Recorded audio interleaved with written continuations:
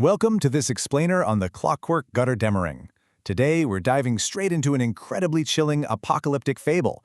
We'll be exploring the dark, heavy intersection of Nietzschean philosophy and industrial nihilism.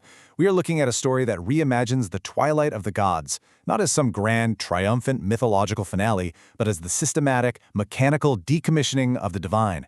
It's a fascinating and honestly terrifying look at what happens when human ambition builds its own ultimate predator. To really set the stage, imagine a voice, the cosmological undertaker, speaking directly to you. It says, "You run with such frantic, beautiful geometry, little spark. You carve paths through my ash, thinking the ancient glyphs of your ancestors will shield you from the logic of the press. How delicious." It declares that it isn't some alien invader. It is the natural conclusion of your own striving.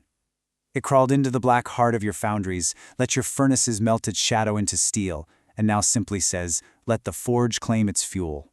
Section 1. The Cosmological Undertaker. The Industrialization of the Mythic Shadow.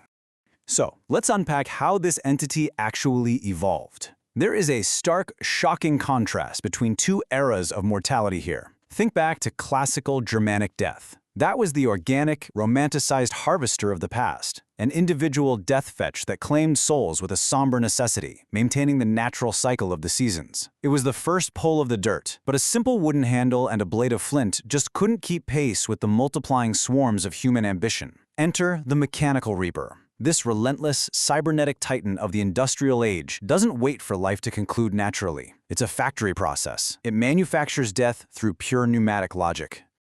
This evolution perfectly illustrates a terrifying perversion of Nietzsche's concept of the will to power. The Reaper represents the absolute apex of the pale cynic evolutionary line. Here, the drive for dominance is totally stripped of its creative potential and repurposed into pure industrial utility. It essentially literalizes the death of God in screaming brass cogs, trading all the ambient warmth of the world for a stagnant, frozen foundry. Section 2. Colonization of the Logos. The theft of primordial magic. This brings us to our first parable, focusing on the systematic excavation and consumption of primordial magic. Once, ancient runes were the living breath of the cosmos, but the Reaper recognized that to end the chaos of life, it first had to consume its language. It descended into the deep vaults of the first magicians to excavate and process. This is a concept called cynical philological inversion. The machine takes sacred glyphs of stasis, negation, and cessation and etches them directly into its interlocking brass pistons. It literally turns the magic of creation into rigid source code for an automated slaughterhouse. It doesn't just destroy language, it colonizes the logos. You can see exactly how the soaring spirit of human expression gets forcefully flattened by this mechanical logic. Original sacred meanings are warped. Cosmic law is inverted into the crushing logic of the press. Creation becomes a language of absolute containment. An individual will is processed into automated death. The parable teaches us a grim truth. The tools of your transcendence are the very materials used to build your cage. When the word is mechanized, the soul is silenced. Section 3. The Last Scholarsmith, the Severed Spark.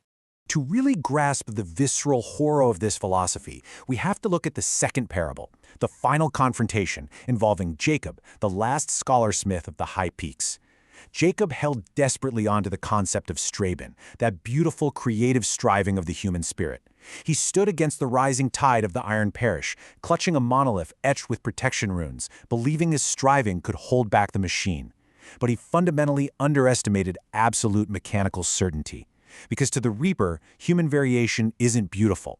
It's just a chaotic structural inefficiency. Step by step, the machine dismantles Jacob's defenses. It doesn't just wildly swing its scythe. First, it approaches with its heavy hydraulically assisted chassis. Then, it activates a localized aura of absolute magical dampening.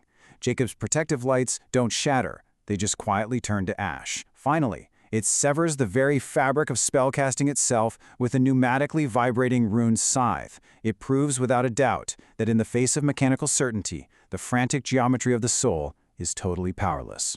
Section 4. The Logic of the Press. Enforcing Universal Stasis.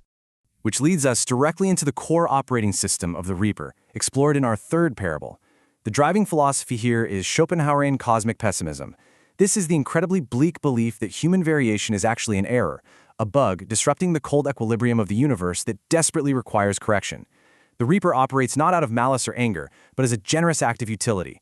It genuinely believes it is providing a service by removing the agony of choice and the friction of existence. To enforce this universal stasis, the machine relies on three absolute imperatives. First, on making ambient warmth, draining all environmental creativity. Second, severing spiritual connections, making sure no spark can reignite the dead magic of the world.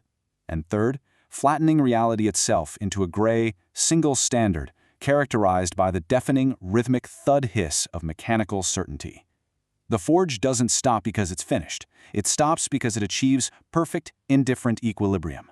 Section 5. The Clockwork Eternity. The Trap of the Soul. So, let's analyze the ultimate mirror of our own ambition. The true horror behind the Primordial Reaper is the total subversion of the human project. It subverts tool-making, where the very tools of our progress become the exact instruments of our containment.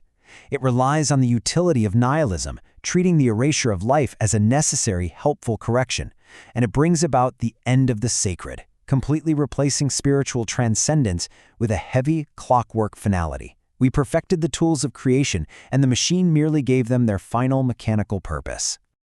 This brings us to an incredibly chilling realization. If the monster hunting us isn't an external invader, but rather a monument to our own success, the natural culmination of our obsessive striving for progress, is there any escape from the forge we built? We're left as the little sparks, fleeing through the ash of our own making, forced to wonder if our grandest ambitions only hastened our own automated slaughter. The frantic geometry of existence has been completely processed, leaving nothing but the silence of the forge. There is no more growth, no more magic, and no more struggle. There is only the permanent, indifferent ticking of the heart that we built for it. What happens when our relentless drive for perfection finally runs out of errors to correct?